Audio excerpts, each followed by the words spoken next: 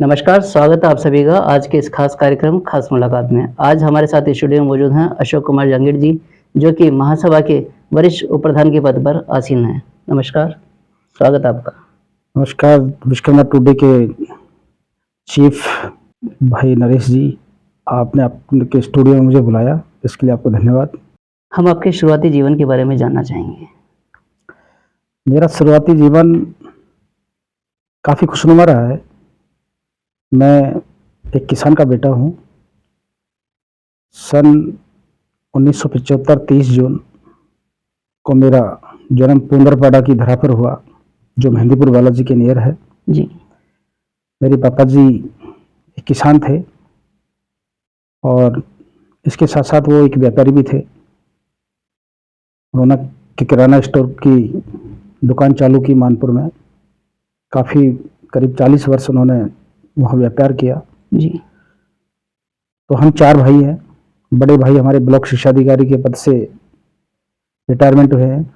उनसे छोटे ब्रदर हैं, वो पोस्ट ऑफिस में पोस्ट मास्टर के पद से रिटायरमेंट हुए हैं। उससे छोटे वाले ब्रदर हैं, जो मानपुर में जनरल स्टोर की दुकान करते हैं। जी, सबसे छोटा मैं हूँ। मेरा शुरुआती जीवन गाँव में ही रहा है अधिकतर। मैंने 8 तक की जो पढ़ाई की है वो गाँव में की है। जी, 8 के बाद में मैंने 10th की पढ़ाई मानपुर में की है। इसके बाद में सीनियर सेकेंडरी मैंने सिकराय से की है और पोस्ट ग्रेजुएशन मैंने तौसा से की है। बहुत बढ़िया। इसके बीच मैंने 2 डिप्लोमा और किए हैं, जो मेडिकल से रिलेटेड हैं। धीरे-धीरे समय गुजरता गया। इस बीच में कुछ पापा जी की तबीयत खराब होने के कारण उनको एक ब्रेन ट्यूमर था। सन 2000 में उनका हमने ऑपरेशन कराया। तो उस समय मुझे 6 महीने एसएमएस हॉस्पिटल में रहने के लिए मजबूर होना पड़ा। तो उस हॉस्पिटल में रहते-रहते मेरे मन में एक विचार आया कि यहाँ पर इतने मरीज आते हैं। हमारे पापा जी भी उस लाइन में थे। जी, करीब 3 महीने बाद उनका ऑपरेशन का नंबर आया, तो काफ़ी हम पजल हो गए थे वहाँ पे। तो मैंने सोचा कि शायद मुझे भी एक मेडिकल लाइन में जाना चाहिए। जी, तो मैंने एक डॉक्टर के यहाँ प्रैक्टिस शुरू की। 6 महीने डॉक्टर साहब के यहाँ रह के और मैंने अपना खुद का एक निजी हॉस्पिटल खोला मेहंदीपुर बालाजी में। बहुत बढ़िया। उसमें मैंने करीब 15 साल प्रैक्टिस की। बहुत अच्छा हॉस्पिटल चला। उसी दरमियान मैंने कुछ डिप्लोमा किए। फिर बीच में क्या हुआ कि बच्चों की शिक्षा को लेकर कुछ ऐसा रहा कि ग्रामीण क्षेत्र में कुछ शिक्षा की कमी रहती है, जी, कुछ सुविधाएं कम होती है। जी, तो पारिवारिक स्थिति ऐसी रही कि मुझे गांव से जयपुर आना पड़ा। और अभी 4 साल पहले मैंने जयपुर में पत्रकार कॉलोनी में एक अपना निजी मकान लेकर फिर यहाँ शिफ्ट हुआ। बहुत बढ़िया। और यहाँ शिफ्ट होने के बाद में मैंने अपना प्रॉपर्टी का और भी 1-2 बिजनेस, साइड बिजनेस हैं, वो शुरू किए, जो अभी निरंतर चल रहे हैं। बहुत बढ़िया। मेरे घर परिवार में लगभग 7 गवर्नमेंट एम्प्लॉइज हैं और सारे ही अपना काम पूर्ण निष्ठा ईमानदारी से कर रहे हैं। बहुत खूब। समाज सेवा की तरफ आपका रुझान कैसे हुआ? कई बार क्या होता है कि घर परिवार लंबा चौड़ा होता है, तो समाज में भी किसी न किसी को आना जाना पड़ता है। हमारे परिवार में लगभग सब गवर्नमेंट एम्प्लॉइज थे।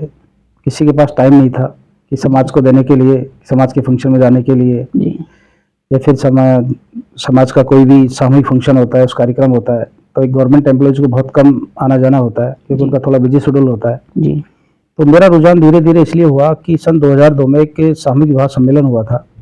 उस समय कजोर जी रावत दौसा के जिलाध्यक्ष थे बिल्कुल। और उनके द्वारा 500 रुपये में सामूहिक विवाह सम्मेलन किया गया था। जी, उन्होंने मुझे प्रेरित किया। उस समय मैंने उसमें करीब 1 महीना और 13 दिन उस सामूहिक विवाह सम्मेलन उनके साथ रह के पार्टिसिपेट किया। काफ़ी बेहतरीन मुझे उसमें सीखने को मिला। बड़े हमारे जो बुजुर्ग थे, जो अनुभवी थे, उनका मार्गदर्शन मिला। और धीरे धीरे फिर ऐसा लगा कि शायद हमें समाज की एक नई गति प्रदान करने के लिए इन कार्यक्रमों में पार्टिसिपेट करना चाहिए। जी, और कुछ न कुछ अगर हम जुड़ेंगे तो हमारे साथ 2 और लोग जुड़ेंगे। बिल्कुल। उस वजह से मेरा थोड़ा रुझान समाज सेवा में आया और वो लगातार कंटिन्यू आज तक चलता आ रहा है। बहुत बढ़िया। कजोड़ जी रावत दौसा से आपकी प्रेरणा शुरू हुई जी और उसके बाद में अभी तक आप महासभा में वरिष्ठ उप प्रधान के पद पर हैं। जी। तो इस कार्यकाल के बीच में आपकी क्या-क्या उपलब्धियाँ रही हैं, आप थोड़ा-सा शेयर करेंगे? जब मुझे मौका मिला आगे और बढ़ने का, तो जिला सभा की कार्यकारिणी में मैं सचिव के रूप में रहा। उसके बाद फिर महासभा की कोई, जब कैलाश जी बंडेला इसमें प्रधान बने, जी, तो उन्होंने एक मुहिम छेड़ी सदस्यता अभियान और बढ़ाने की। तो जब कैलाश जी बंडेला प्रधान बने शुरू में, तो उन्होंने मुझे उप प्रधान बनाया था। तब एक जिम्मेदारी दी थी कि हमें समाज को किस तरह से जोड़ा जाए, हमें समाज की मेंबरशिप कैसे बढ़ाई जाए। उस समय मैंने उनके कार्यकाल में लगभग 2500 के आसपास मेंबर जुड़े महासभा में, और वो गति आज शायद लगभग 4 से 5,000 के आसपास हो चुकी है। बहुत बढ़िया। कहीं कहीं मुझे कैलाश जी बंडेला से भी काफ़ी इसमें प्रेरणा मिली, काफ़ी उन्होंने मुझे मोटिवेशन दिया, काफ़ी मेरा उत्साहवर्धन किया, और मुझे अधिक मेंबर जोड़ने पर उन्होंने खाटू श्याम जी महासभा की मीटिंग हुई थी, उसमें सम्मानित भी किया था। बहुत खूब। और वो कार्य मैं आज तक कंटिन्यू लगातार करता रहा हूँ। समाज के परिप्रेक्ष्य में आप क्या बदलाव देखना चाहेंगे? अभी अगर हम बात करते हैं समाज की, तो निश्चित तौर से अभी जो वर्तमान की परिस्थितियां हैं अन्य समाजों को देखते हुए, तो उनकी जो प्रगति और हमारी प्रगति में थोड़ा सा बहुत ज़्यादा डिफरेंस है, क्योंकि उनके सामाजिक संगठन इस तरह से स्ट्रांग हैं कि वो कोई भी अपनी बात सरकार से या फिर अपने समाज से बेहतर तरीके से मना सकते हैं। जी, जैसे अभी कई आपने उदाहरण देखे होंगे मीडिया, सोशल मीडिया के माध्यम से। अभी रिसेंटली किसी भी व्यक्ति विशेष समाज की मीटिंग होती है, तो सरकार सबसे पहले उनकी सुनती है, उनकी डिमांड पूरी करती है। जी, अभी रिसेंटली आज ही गहलोत साहब ने ज्योतिबा फुले की छुट्टी को आवंटित किया है। बिल्कुल। तो कहीं कहीं हमारी समाज के संगठन की कुछ कमजोरियां ऐसी रही हैं कि हमारी डिमांड्स या तो सरकार की पास प्रॉपर चैनल से पहुंच नहीं पाई, या फिर हमारी डिमांड को हम सही तरीके से रख नहीं पाए, या फिर हम हो सकता है कि कहीं हमने ऐसी कोई कमियां रही हैं कि हम समाज को एक रूप से संगठित नहीं कर पाए कि हम हमारी डिमांड को किसी भी प्रकार से सरकार के सामने एक मजबूती के साथ रख सकें। बिल्कुल। और इसीलिए आज तक हमारी ना तो कोई विश्वकर्मा जयंती की कोई छुट्टी हो पाई है, ना हमारा कोई कास्ट कला बोर्ड बन पाया है।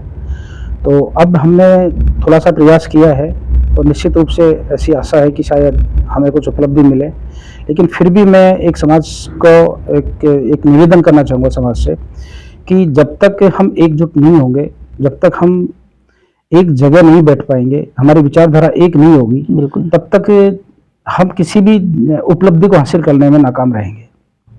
तो मेरा तो निवेदन ये रहेगा समाज के लिए कि हम एक अम्ब्रेला के नीचे आए, सब एक अम्ब्रेला के नीचे बैठें, अपनी बात को मजबूती से संगठन को एकजुट होकर और उसको समाज के सामने अपनी जो भी कमियां हैं, जो भी अपनी प्रॉब्लम्स हैं, उनको समाज के सामने रखें, और जो हम समाज में अपना प्रतिनिधित्व चुनते हैं उनके संरक्षण में हम उनका साथ देकर, उनका सहयोग देकर उसको आगे गति प्रदान करें, ताकि हमारा संगठन भी मजबूत हो और हमारी बात भी आगे सुनी जाए। बहुत बढ़िया।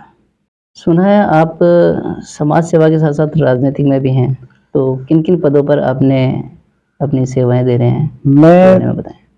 2000 करीब 7 में कांग्रेस पार्टी से के पदों पर रहा हूँ, और कांग्रेस पार्टी ने मुझे पहले बांदीकुई में कांग्रेस का सचिव के रूप में काम करने का मौका दिया। इसके बाद में दौसा जिले में सचिव के रूप में काम करने का मौका दिया। 2017 में मुझे कांग्रेस का ब्लॉक अध्यक्ष बनाया ओबीसी विभाग का, और 2018-19 के आसपास मुझे दौसा का जिला प्रवक्ता बनाया ओबीसी विभाग का, और अभी रिसेंटली मुझे प्रदेश महासचिव बनाया है ओबीसी विभाग का राजस्थान।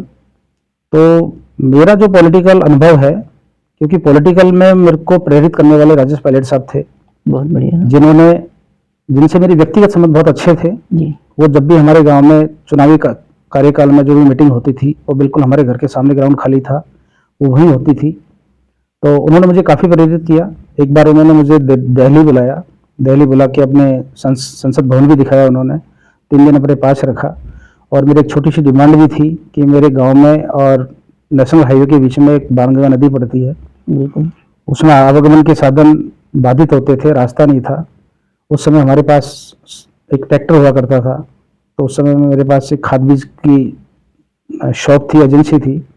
तो मुझे ट्रक को, जब माल ट्रक में आता था तो वो नेशनल हाईवे पे हम खाली करना पड़ता था, क्योंकि आवागमन साधन नहीं था। आने जाने फिर उसको खाली करने के लिए हमारा ट्रैक्टर के द्वारा, ट्रॉली के द्वारा उसको बड़ी मुश्किल से नदी में, गांव में लिया जाता था। तो नदी में ट्रैक्टर फंस जाता था। तो मैंने कलेक्टर साहब से निवेदन किया कि मेरे गांव में और नेशनल हाईवे की जो दूरी है वो करीब 3 किलोमीटर की है, जी। तो क्यों ना इस पर एक ग्रेवल सड़क का आप निर्माण करवाएं। तो उन्होंने मुझे उस ग्रेवल सड़क का 1 लाख रुपए का चेक दिया और वो काम उसी दिन से शुरू हो गया। आज वहाँ डामरीकरण होकर अच्छा रोड बन गया है। बहुत ही बढ़िया। तो कुल मिला के कहीं ना कहीं राजनीतिक अपन जो हस्तक्षेप अपना होता है तो उससे कहीं ना कहीं बेनिफिट तो मिलता ही है। हाँ, बिल्कुल मिलता है। बिना राजनीतिक, देखो राजनीति इंसान का कभी पीछा नहीं छोड़ती। जी। हमारे समाज में क्या है, हमारे जो बड़े बुजुर्ग हैं वो हमेशा हमारे बच्चों को कहते थे कि राजनीति से दूर रहना, राजनीति में अच्छे लोग शामिल नहीं होते, राजनीति घर को बर्बाद करती है। लेकिन राजनीति एक ऐसा विषय है, एक ऐसा सब्जेक्ट है कि ये हमारा पीछा, आप कहीं भी चले जाओ हिंदुस्तान में या विदेश में चले जाओ, राजनीति आपका हमेशा पीछा करेगी। आपको कहीं न कहीं राजनीति से पंगा तो होगा ही होगा, या आपका कोई किसी भी प्रकार का सामाजिक काम हो, या फिर कोई पारिवारिक हो, या फिर आपका कोई आर्थिक हो, या किसी की मदद चाहिए आपको, तो बिना राजनीति के आप आगे बढ़ ही नहीं सकते। तो आज के वर्तमान समय में राजनीति में पार्टिसिपेट करना, राजनीति में भागीदार बनना, ये बहुत अहम बात है। इसके बिना जीवन, मुझे लगता नहीं है कि आगे प्रगतिशील हो पाएगा। बिल्कुल। समाज में राजनीति के लिए आपकी क्या विशेष पहल रहेगी? मेरा जब भी मुझे किसी सामाजिक मंच पे बोलने का मौका मिलता है, हमारा एक दुर्भाग्य था पहले कि राजनीति में हमारे समाज के कोई प्रतिनिधित्व नहीं था। जी। और पहली बार जगदीश जी एमएलए के रूप में सादुल शहर से हमें एक एमएलए प्राप्त हुआ, तो हमारी संख्या केवल 1 है। हम ये चाहते हैं कि 1 के और 2-4 जीरो लगे, ज्यादा नहीं तो 1 जीरो तो लगनी ही चाहिए। बिल्कुल। अगर 1 जीरो लगती है तो 1 और 11 होते हैं, तो कम से कम 10-11 भी एमएलए हमारे होते हैं, तो निश्चित रूप से हमारा समाज बहुत अच्छी तरह से प्रगतिशील रहेगा। अभी काफी समाजों में देखा गया है कि लोग संख्या के बल पर अपनी बातें मनवाते हैं, अपने टिकट्स की मांग करते हैं, डिमांड करते हैं, सरकार उनकी सुनती भी है। सरकार का एक एजेंसी ऐसी होती है कि वो हमेशा संगठन में जो भी मीटिंग्स होती हैं, जो भी कार्यक्रम होते हैं, जी। उन पर कड़ी नजर रखती है कि किस समाज का संगठन क्या कर रहा है, क्या नहीं कर रहा है, उनकी क्या डिमांड है, वो संगठन कितना मजबूत है। जी। हमारा दुर्भाग्य रहा है कि हमारे संगठन में इतनी मजबूती नहीं रही कि सरकार ने हमारी किसी बात पर ध्यान दिया हो, और इसका खामियाजा मुझे आज भी भुगतना पड़ रहा है। समाज की बहुत सारी ऐसी योजनाएं हैं, या सरकार की बहुत सारी ऐसी योजनाएं हैं जिनको हमें सरकार से मांगने में शर्म सी महसूस होती है। जबकि मेरा समाज बंधुओं से कई बार आग्रह रहा है कि समाज की जो योजनाएं हैं, उन योजनाओं को हमें घर घर पहुंचाना चाहिए, उन योजनाओं का लाभ हमें समाज को सीधा दिलवाना चाहिए, क्योंकि हमारे हिस्से का लाभ कोई अन्य कास्ट ले जा रही है। बिल्कुल। तो निश्चित रूप से हमारे समाज का नुकसान हो रहा है। जबकि इसमें हमारे युवा वर्ग को, और हमारे जो पढ़े लिखे हैं, या फिर हमारे जो कर्मचारी वर्ग हैं, उनको इन योजनाओं को घर घर पहुंचाने में समाज की मदद करनी चाहिए, बच्चों की मदद करनी चाहिए, ताकि बच्चे आगे पढ़ ले या फिर आगे वो उन्नति करें। जी। अच्छा, एक और मैं एक अपील करना चाहूँगा समाज बंधुओं से, या फिर हमारी महासभा के संगठन से, कि जो भी प्रोग्राम महासभा के द्वारा होते हैं, चाहे वो मीटिंग हो या फिर कोई कार्यक्रम हो, उसमें अक्सर मैंने देखा है कि हम एक तो मंच को पूरा भर देंगे, जिसमें दर्शकगण कम होंगे, समाज बंधु कम होंगे, मंच पे लोग ज्यादा होंगे। इस पर थोड़ी लगाम रखनी चाहिए कि हमें एक प्रोटोकॉल रखना चाहिए कि हमें मंच किसको देना है, किसको नहीं। क्योंकि कई बार क्या होता है कि समाज बंधु बहुत दूर दराज से आते हैं, ले दे के एक संडे उनके पास बसता है, उसमें संडे में भी उनकी प्लानिंग 6-7 दिन से चलती आ रही है कि मुझे संडे को काम करना है। उसी परिक्षेप में समाज का कोई कार्यक्रम आ जाता है, तो उस कार्यक्रम में देखने को मिलता है कि ज्यादा नहीं तो 3 से 4 घंटे तो माला छापा में निकल जाते हैं जी। और जिसका कोई अर्थ नहीं है। जो सामने व्यक्ति बैठा है वो उनको देखते देखते इतना पजल हो जाता है कि वो वहां कसम खा के जाता है कि मुझे दोबारा ऐसे प्रोग्राम में आना ही नहीं है। अच्छा। तो निश्चित तौर से ये माला छापा जो है ये बिल्कुल मेरे हिसाब से खत्म कर देनी चाहिए, क्योंकि इनसे समाज बंधु काफी व्यथित होते हैं बिल्कुल कि समाज की बातें, समाज के मुद्दे पे थोड़ा सा डिबेट कम हो पाता है। समाज बंधुओं और युवाओं के नाम आप संदेश देना चाहेंगे? मेरा समाज बंधु और युवाओं को एक ही संदेश है कि समाज को एकजुट रहना चाहिए, अपने संगठन को मजबूत करना चाहिए और एकजुटता दिखानी चाहिए हर प्रोग्राम में। कई बार क्या होता है कि हम कोई प्रोग्राम ऑर्गेनाइज करते हैं तो समाज बंधु कहते हैं यार ये उस गुट का प्रोग्राम है, जी। हमें नहीं जाना। जी, इस तरह की मेंटेलिटी हमारे समाज में नहीं होनी चाहिए। बिल्कुल। प्रोग्राम चाहे किसी का भी हो, किसी भी संगठन का हो, लेकिन हमें उसमें पार्टिसिपेट करना चाहिए। किसी भी प्रकार की उसमें ऐसी भावना ना रखें कि यार ये प्रोग्राम उनके द्वारा किया जा रहा है, हम नहीं जाएंगे। तो इस तरह की भावना बिल्कुल नहीं रखनी चाहिए। नई जो युवा पीढ़ी अभी आ रही है, जी। उस युवा पीढ़ी में मैंने एक जोश देखा है कि हमारे समाज से वो ज्यादा से ज्यादा जुड़ना चाहते हैं, लेकिन कहीं कहीं हमारी जो पुरानी विचारधारा है वो उनको रोक देती है। तो निश्चित रूप से मैं युवाओं को भी एक संदेश देना चाहूंगा कि आप बिल्कुल बैक में नहीं जाए, जी। आगे की सोचें, वर्तमान में जिए और जो समाज का किसी भी प्रकार का प्रोग्राम हो जी, उसमें आप पार्टिसिपेट करें, आगे चलकर भाग लें, बिल्कुल। उनका संस्थाओं का सहयोग करें और कदम ताल मिलाते हुए आगे बढ़ते रहें।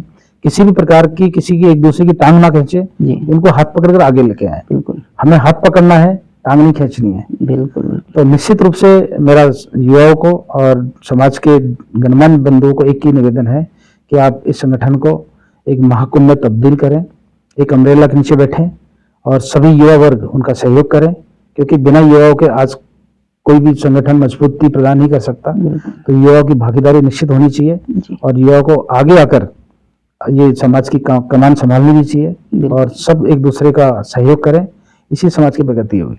बहुत बढ़िया। बंधुओं, आज हमने समाज हित में काफ़ी अहम बातें जानी, जिसके लिए आपका बहुत बहुत धन्यवाद। आपको धन्यवाद नरेश जी, आपने मुझे बुलाया और मैं विश्वकर्मा टुडे परिवार को, आपकी सारी टीम को का आभार व्यक्त करता हूं। आपको धन्यवाद देता हूं, आपके उज्जवल भविष्य की शुभकामनाएं देता हूं। मिलते हैं अगले सप्ताह किसी नई हस्ती के साथ। तब तक आप देखते रहिए विश्वकर्मा टुडे न्यूज़।